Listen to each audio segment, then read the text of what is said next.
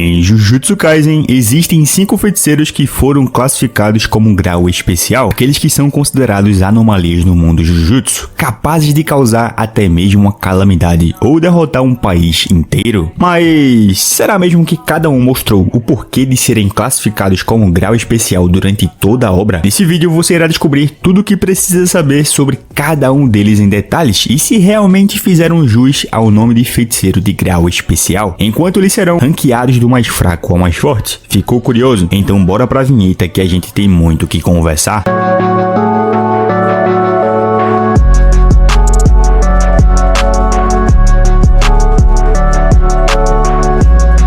Galera, antes de iniciar esse vídeo, eu preciso deixar claro 4 coisas. A primeira é que esse vídeo são sobre os personagens que foram classificados dentro da obra como grau especial, porque como sabemos, existem personagens que têm esse poder, mas que não foram realmente classificados, como por exemplo, o Kashimo Hajime, o Ryu Ishigori, o Toji Fushiguro, a Maki Zenin, enfim, eles são muito poderosos, mas realmente não receberam essa classificação como grau especial durante a obra, beleza? O segundo ponto é que esse rank não é um rank normal, porque além de ranquear os personagens, irei falar sobre a sua história, maiores feitos que fazem jus a eles serem grau especial e também suas habilidades, beleza? O terceiro ponto é que irei considerar o Sukuna nesse vídeo como um feiticeiro classificado como grau especial, porque eu pensei da seguinte forma: bom, ele foi classificado como objeto de grau especial, porém como ele é encarnado como feiticeiro, achei que deveria considerá-lo nesse vídeo, beleza? E por fim, eu preciso fazer uma menção honrosa ao ex-diretor da escola Jujutsu de Tóquio, o diretor Yaga, que quase foi considerado como grau especial por causa da sua técnica inata de cadáver amaldiçoado, que tinha potencial para criar um exército independente. Porém, como ele não chegou realmente a ter uma classificação, ficará aqui como uma menção honrosa. E bom, deixado isso claro, bora pra lista. Em quinto lugar, Suguru Geto, aquele que nasceu de pais não feiticeiros e foi aluno da escola Jujutsu de Tóquio ao lado do Gojo e da Shoko Ieri. Durante seu tempo como estudante, ele era considerado ao lado do Gojo como os mais fortes e era capaz de realizar missões que nem mesmo feiticeiros experientes podiam. Sua coleção de espíritos amaldiçoados era ampla, com uma grande variedade de diferentes habilidades e papéis em batalha. Porém, ele não era dependente delas e mostrou isso contra um usuário de maldição durante o arco do passado, ao derrotá-lo facilmente no puro soco. Na batalha contra Toji, mostrou possuir maldições de grau especial bem poderosas, como o dragão arco-íris e a Kuchisake Onna, porém acabou perdendo para o inimigo e teve sua vida poupada, mas o seu maior nível mostrado realmente, e o que mostra por que ele realmente é de grau especial, foram suas ações após se tornar um vilão